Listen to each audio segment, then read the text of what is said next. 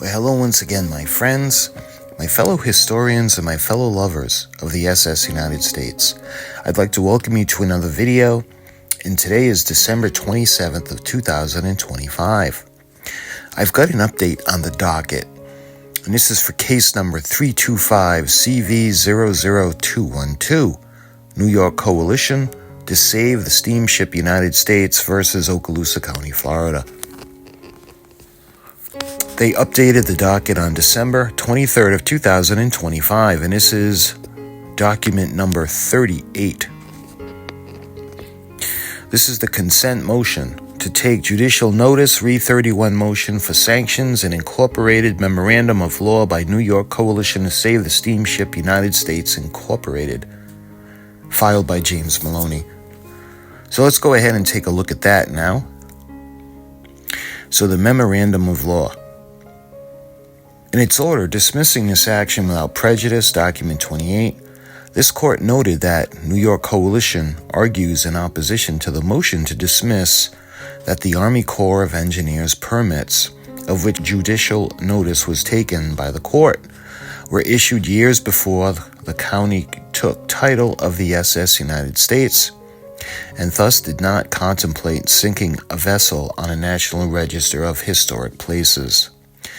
In the same order, the court further noted that the 11th Circuit has not decided whether the NHPA creates a private cause of action or only allows review of agency under action, the Administration Procedure Act, and cases from other circuits can be found on either side of the issue. Finally, the court noted that the New York Coalition acknowledges that it makes no claim to rights under the NHPA, but states it raised this as part of a broader discussion about the fate of the vessel and the county's duty as a public entity to the United States and the people as a whole. Given all of the foregoing, coupled with the fact that the action was dismissed without prejudice, plaintiff made a considered decision not to pursue a new action under an express NHPA claim. Among the factors leading to this decision were the uncertainty that such a claim would prevail, the county's representation that it would not file the sanctions motions if the actions were dismissed with prejudice, a desire not to waste judicial resources, and an awareness of the possibility that the Army Corps of Engineers may conduct a review of impacts to historic properties, namely the SS United States, under Section 106 of the NHPA.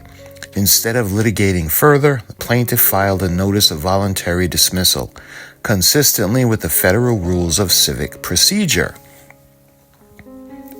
The county, nonetheless, filed the instant sanctions motion as noted. This motion request for judicial notice is unopposed. In responding to the undersigned's query as to whether the county would oppose the request, the county noted, "We do not oppose the court taking judicial notice to the attached letter. However, we do not agree that it is relevant to the limited issue that remain pending in this case." The foregoing argument is intended to address the relevance issue. This is raised by the county. Simply put, the plaintiff made a decision not to engage in further litigation and to pursue administrative alternatives. It is submitted that this is quite the opposite of frivolous conduct. Pursuant to the Federal Rule of Evidence 201B, the courts may judicially notice facts that are not subject to reasonable dispute. For a fact to fall under this provision, the fact must either be generally known within the trial court's territorial jurisdiction or can be accurately and readily determined from sources whose accuracy cannot reasonably be questioned. Further, pursuant to Rule 201C2, courts must take judicial notice if a party requests it, and the court is supplied with the necessary information. Accordingly, the above-referenced Army Corps of Engineers letter within the custody of the plaintiff can be accurately and readily determined from sources whose accuracy cannot be reasonably questioned, and therefore not subject to reasonable dispute, in satisfaction of the requirements of the Federal Rule of Evidence 201B. Wherefore, the Plaintiff, New York Coalition to Save the Steamship United States Incorporated, respectfully requests that this court take judicial notice of the above referenced document for purposes of its consideration of the pending motion. This was dated on December 23rd of 2025 by James N. Maloney. And below that, we have a certificate of authenticity. Okay, there is an attachment with document number 38, and that will be the appendix letter dated 5th of December 2025 from the Department of the Army, Jacksonville District Corps of Engineers, Pensacola Regulatory Office, to the plaintiff. So when we go ahead and we look at that now, what that is the Department of the Army, Jacksonville District Corps of Engineers, Pensacola Regulatory Office. And this is 41 North Jefferson Street, Suite 301, Pensacola, Florida, 32502-5794. This letter is in reference to United States Army Corps of Engineers Permit Application SAJ 1996-03565. LAARS-B modification in accordance with the National Historic Preservation Act of 1966 as amended 2014 NRHP. It is implementing Authority 36 CFR 800 and CC CFR 325 Appendix C. The Corps is inviting the New York Coalition to Save the SS United States organization to be a consulting party on the Corps' review of effects to the historic properties. The Corps received an email from Matthew Lisieux on November 21st of 2025 requesting that the Coalition be recognized as a consulting party to the NRHP Section 106 review of the Department of Army Permit Modification for SAJ 1996-03565. Mr. Lisieux indicated he is a Chief Science Officer of the Coalition and is in point of contact for Section 106 matters.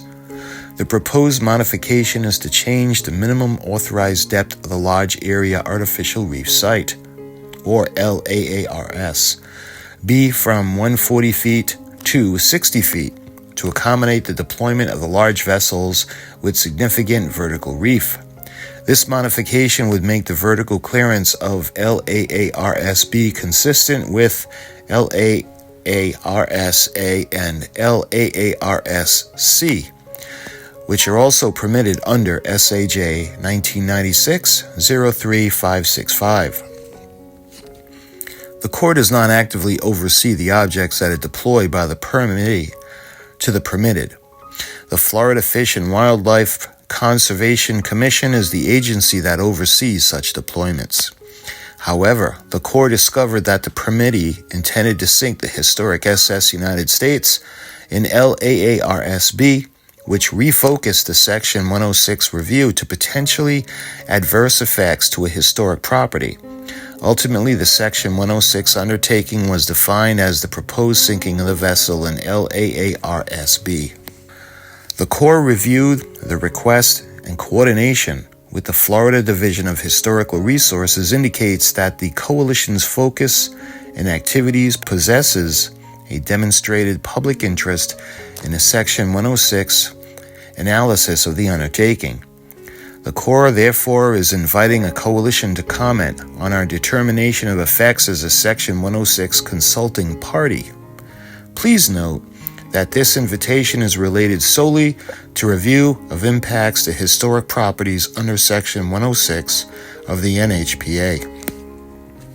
The review does not incorporate consideration of environmental effects under other required environmental reviews.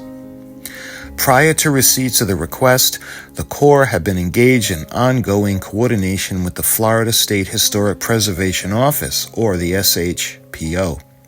The permittee, OKALOOSA County, Florida, the SS United States Preservation Foundation, SSUSPF, and the Advisory Council on the Historic Preservation, or ACHP, concerning the proposed activity of the sinking of the SS United States, for use in LARSB. As you are all aware, the ship is included in the National Register of Historic Places and so constitutes a historic property, as referenced in 36 CFR 800. On November 18th of 2025, the Corps sent a Section 106 consultation letter to the SHPO and the SSUSPF, in which the Corps determination of effects for the project was detailed. The letter requested a response from these consulting parties within 30 days of the date the letter was sent.